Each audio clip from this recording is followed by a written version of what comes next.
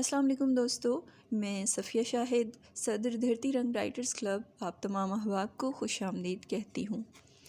دھرتی رنگ writers club جو کتابوں پر تبصروں کا سلسلہ جاری رکھتا ہے، اسی سلسلے میں ایک کتاب لے کر حاضر خدمت ہیں، اور وہ کتاب ہے پیوستہ رہ شجر سے، اور لکھی ہے غلام کبریا خاکی نے۔ یہ کتاب القادر پبلیکیشنز نے شائع کی ہے، اور اس کی قیمت جو ہے وہ 200 روپے ہے، اور صفحات کی تعداد 241 ہے۔ اس کتاب میں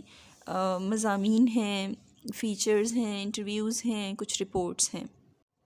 اس کی فہرست چند عنوانات کے تحت ترتیب دی گئی ہے، اور ان عنوانات کے ذیل میں ویسے ہی مضامین ہیں جیسے طنز و مزاح وغیرہ یا دیگر جو چیزیں ہیں وہ اس کا حصہ ہیں۔ مجھے یہ کتاب پڑھتے ہوئے ایک دو چیزوں کا احساس ہوا۔ ایک تو یہ کہ زبان بڑی سادہ ہے، آسان الفاظ میں لکھی ہوئی کتاب ہے، اور دوسرے یہ کہ مصنف جو ہیں وہ بڑے ہلکے پھلکے انداز میں کہیں طنز و مزاح کا سہارا لیتے ہوئے، کہیں نصیحت کرتے ہوئے وہ اپنی بات کہنے کا ہنر جانتے ہیں،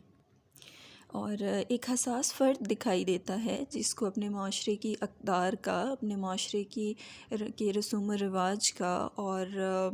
ہر چیز کی ایک فکر ہے، اور جو ان کے مشاہدے میں آئی اس حوالے سے جو کچھ انہوں نے سوچا، ذاتی اپنی رائے کو انہوں نے سامنے رکھا ہے۔ جب آپ نے دیکھا کہ ٹیلی ویژن پر کس طرح کے پروگرامز، کس طرح کے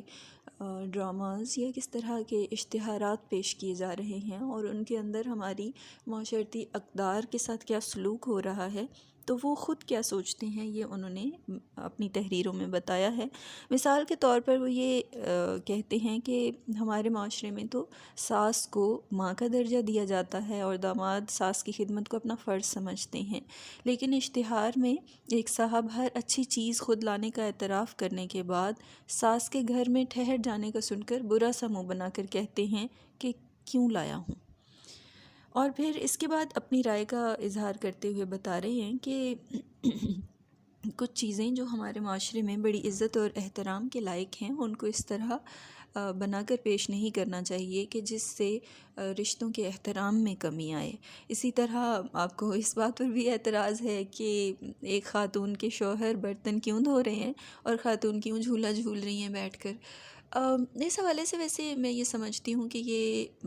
بڑی مختلف سی بات ہے۔ اگر ہم اس کو مذہبی آئینے میں بھی دیکھیں نا، تو یہ سنت نبوی ہے، اپنے ہاتھ سے کام کرنے میں کوئی مذائقہ نہیں ہے، لیکن بس عزت اور عزت نفس جو ہے نا اس کا خیال ہونا چاہیے۔ باقی کام کرنا، ایک دوسرے کی مدد کرنا، اس میں کوئی سبکی کا خیال میرا خیال ہے نہیں ہونا چاہیے۔ اسی طرح ایک مضمون ہے بزرگوں کا احترام، جس کا عنوان ہے، اور اس میں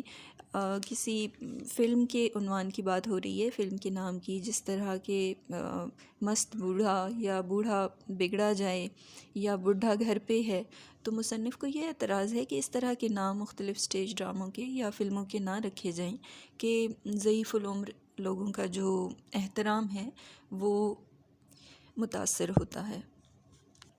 ایک اور دلچسپ سا مضمون ہے، مختصر سی تحریر کہنا چاہیے اس کو، کہ سب ستارہ کے اشتہارات، اور مصنف کا اعتراض یہ ہے کہ یہ جو اشتہارات ہیں یہ ٹی وی پر چلا دینا اور دکھانا کہ کیا کرنا چاہیے، اور مختلف قوم کو آگاہ کرنے کے نام پر یہ چیز یہ سمجھ رہے ہیں کہ غلط ہے اور بے حیائی کے مترادف ہے، اور ان کا کہنا یہ ہے کہ اس وقت بچے بھی ٹی وی دیکھ رہے ہوتے ہیں، تو ایسے اوقات میں نہ چلائے جائیں کہ جب بچے بھی بیٹھ کر ٹی وی دیکھ رہے ہوں اور سب فیملی بیٹھی ہو، کیونکہ بچوں کے ذہن میں بھی مختلف سوال اٹھتے ہیں۔ ایک ویسے اس میں سے دو چار لائنیں میں پڑھ کے سنانا چاہتی ہوں کہ کہتے ہیں کہ ہم نے تو سنا تھا کہ ستاروں سے راستوں کی رہنمائی حاصل کی جاتی ہے۔ علامہ اقبال مرحوم نے نوجوانوں کو ستاروں پر کمند ڈالنے کی تلقین کی، لیکن یہاں تو سب ستارہ راستے ہی سے بھٹک گیا۔ میں نے مصنف کے اندر ایک ایسا فرد پایا ہے جو کچھ دیکھ رہا ہے معاشرے میں اور سمجھتا ہے کہ اس حوالے سے اسے اپنی رائے رکھنی چاہیے، اور ان کو یہ بھی لگتا ہے کہ ان کی بات کرنے سے کسی نہ کسی حد تک ضرور فرق بھی پڑ سکتا ہے۔ تو میرے خیال میں یہ بہت اچھی بات ہے، اور اپنے حصے کا دیا جلانا بہت بہتر ہے۔ چھوٹی سی یہ کتاب ہے، اور اس میں بڑی بڑی باتیں ہیں اور بڑے کام کی باتیں بھی ہیں، تو میرا خیال ہے کہ یہ سب کو پڑھنی چاہیے یہ کتاب، کیونکہ اس میں جو ایک تاریخی کچھ زاویے بھی موجود ہیں، تو ہم زندگی میں ہمیشہ اپنی اینک سے دیکھتے ہیں۔ مجھے لگتا ہے کہ کتاب جو ہے وہ دوسرے کی اینک ہوتی ہے، تو ہمیں اس سے بھی دیکھ کر اندازہ لگانا چاہیے کہ ایک موازنہ کر سکتے ہیں ہم کہ یہ زندگی کو دیکھنے کے کتنے رخ، کتنے ڈھب ہو سکتے ہیں۔ باقی احباب انشاءاللہ اپنی آراء سے نوازیں گے، اور اگلی کسی کتاب پر تبصرے تک کے لیے مجھے اجازت دیجیے۔ السلام علیکم۔